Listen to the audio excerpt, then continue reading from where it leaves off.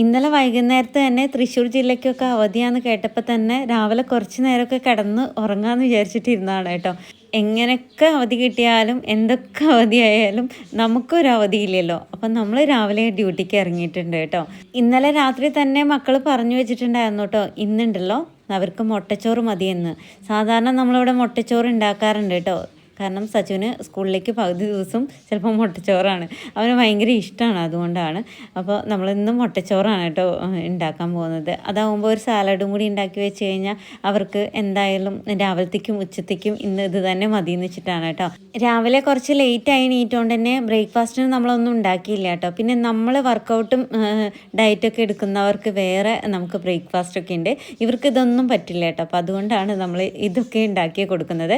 ഇങ്ങനെ അവധിയൊക്കെ ഉള്ള ദിവസം എല്ലാം മതിയല്ലോ എന്ന് വിചാരിക്കുമ്പോൾ ഉണ്ടല്ലോ, അവർ നേരത്തെ എണീറ്റിട്ട് വിശക്കുന്നേ പറഞ്ഞിരിക്കട്ടോ. അതാണ് അവസ്ഥ.